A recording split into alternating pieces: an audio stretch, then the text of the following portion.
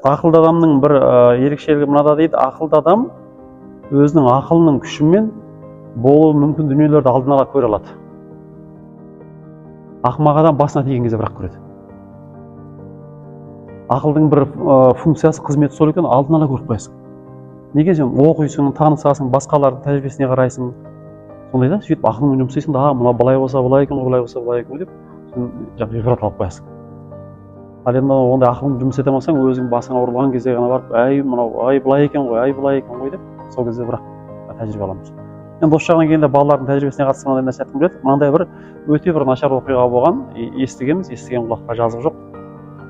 Бір кісі баласына Құран жаттатады. Және ол кісі былай деп ойлайды, егер менің балам Құран жаттап өссе, ол жаман бала болмайды. Жақсы адам болады. Құран жаттату тәрбиелеу деп есептейді ғой. Құран жаттату тәрбиелеу. Енді бір жағы шындық. Сөйтіп баласына Құран жаттатады, бірақ Құран жаттатқан кезде біз әсіресе бала тәрбиесінде күш қолдануды жақсы көреміз ғой біз. Келесің балаға тапсырма беріп кетесің мысалға. Біздің де басымыздан өткен дүние ол. Мына бір бетті жаттап қой. Кешке жақын келесің, жатталмаған мысалғашы. Сонымен ұрысу, айғайлау, тіпті кейде жаңағы қамшымен сабап жіберу деген сияқты дүниені қолданады, аналар сөйтеді айтады. Мен қалай болған күнде де не болса сол болсын, мына Құранды жаттап шықса болды. Ол адам болып кетеді. Керемет мұсылман болып кетеді. Дейді да. Енді содан бәрі ондай емес шығар, бірақ мынадай бір әңгіме естідік. Содан баласын сөйтіп жаттап Құран жаттатады.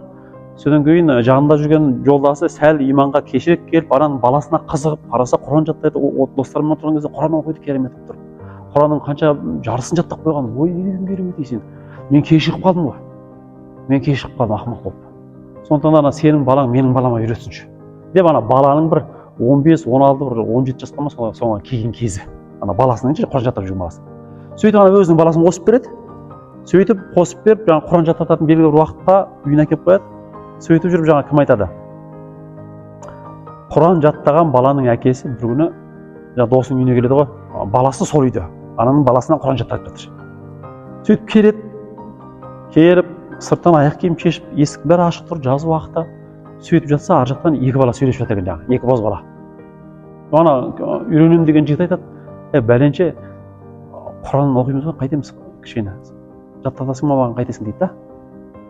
Сөйтсе ана баласы айтады дейді да, Құран демеші, құсқым келеді. Құран жаттап жүрген бала. Әкесі шок. Қалай сонда? Мен баламды Құран жаттатып, керемет адам болып десем, ол әуелі Құран туралы құрметті сөз айтып жатыр. Қалай болып қалды сонда? Мен баламды керемет бала тәрбиеледі деп жүрмін ғой. А мына баламның Құранға қарым-қатынасы мынандай болса, онда менің балам Құраннан ештеңе түсінбепті ғой. Дейді, сондықтан да әр нәрсенің өзінің орны бар екен да. Жаттау екен. Жаттау мағынасын түсініп алу деген сөз емес екен. Ал мағынасын түсіну, оны мен жүзеге асырып жатырмын деген кепілдік емес екен.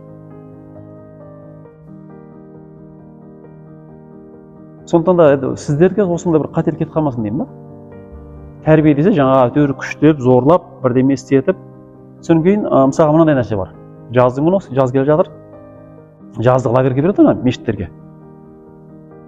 Сонда да осындай тәсіл қолданудан ата-аналар сақтану керек екен. Алдында да айтып жүрміз, жалпы қысым көрсету деген тәсілден өте абайлау керек екен, мүмкін болса қысым көрсету керек. Қысым көрсету мынандай сияқты екен, ана пружина дейміз ғой. Пружинаны күштеп басып, мен мынандай размерге әкелгім келеді да. Мынандай пружина. Басып, үстіне бірдеме бастырып қоямын. Тұрсын сол жерде депші. Күшеп жатырмын мен. Қысым деген сондай нәрсе да. Содан бір күні біреу мына мен бастырып қойған нәрсе немесе мен өзім қолымды алып кетеді да, шыдай алмай шаршағаннан кейін бір қоя бере саламын.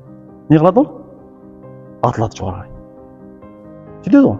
Өзі бір физиканың заңдылығы бұл. Ньютонның заңдылығы дейді ғой. Қарама-қарсы күшке сол дәрежеде қарама-қарсы күш пайда болады дейді. Немесе жаңа бір затпен бастырып қойдым мен, сол затты біреу жүріп бара жатты да құлап кетіп байқамай. Сөйтеді, пружина не алды, қайтадан орнына кірді. Көтерілмеді. Сол сияқты біз бір адамға, ол әйеліміз болсын, ол баламыз болсын, қысыммен бір нәрсе істетеміз ба? Қысыммен деген сөз ол қалап тұрған жоқ. Бірақ сен күшке салып, өзіңнің беделіңді пайдаланып, орныңды пайдаланып, тіпті керек болса денеңнің күшін пайдаланып, анаған соны істеп жатсың. Істейсің сен осыны. Сен ойлап алсың, мен оны тәрбиелеп жатырмын. Ол амал жоқ. Қорыққаннан, басқа амалы болмағандықтан ғана істеп жатыр. Ішінен қалауы жоқ, ішінен құптауы жоқ, жүрегімен, шын көңілімен істеп жатқан жоқ.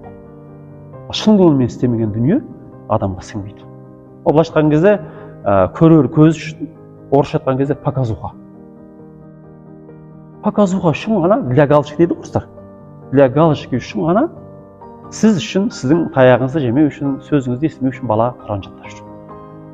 Бірақ, жаңа айтпақшыдай, 15 жасқа толғаннан кейін, бойы сізбен бірдей болған кезде, немесе сізден ұзын болған кезде бойы, табиғаттық заңдылығы ғой, ол сіздің уже қысымыңызға көнбейді. Бой бермейді. Сіздің таяғыңыздан да қорықпайды. Ұра алмайсыз, күшіңіз жетпейді. Сол кезде пружина көтеріледі. Сонда дейді, жазғы лагерьге берген кезде де, мысалға, ата-аналар әкеп береді осы кейде. Кейде қарасаң, баласының қалауынсыз деген сөз балаға оны түсіне де бермейді. Жақсылық екенін, керек екенін түсіне бермейді, балаға ойын керек. Бірақ әке-шешесі жаңағы күшпен сүйреп әкелді да, оқисың осы жерде. 20 күн оқисың, бір ай оқисың деп жатқызып кетті. Амал жоқ, қорыққандықтан отырды. Бірақ сонда мынандай екен ғой, неге әкесі баласына күш көрсетті? Неге басқа жол жоқ па еді баланы алып келетін сол жерге? Басқа жол бар ғой негізінде? Басқа жол бар ма? Бірақ біз баланы тәрбиелеу деген сөзді балаға қажет жақсы нәрсені күшпен істету. Ата-ана тәрбиелеу деп түсінеді. Біздің көзімізге солай сияқты, күшпен істетпесең істемейді бұл. Дейміз ғой біз. Сөйтсеміз мынадан бір нәрседен қашамыз екен ғой. Жаңағы мысалға мен 10 жастағы балама ұрсып, боқтап, қабағымды түйіп, ең құрғанда ұрыспасам да боқтамасам да қабағымды түйіп сөйлесіп, жүр 20 күн лагерьде боласың деп қарсыласуға мүмкіндік бермей әкеп тастаймын да. Бірақ басқаша әкелуге бола ма? Қалай қарайсыздар? Қалай әкелуге болады басқаша? Ол өзі келу керек мысалға. Екінші жол сол да, ол өзі келу керек. Өзі келмейді ол негізінде, бірақ оны өзі келетіндей жасау керек.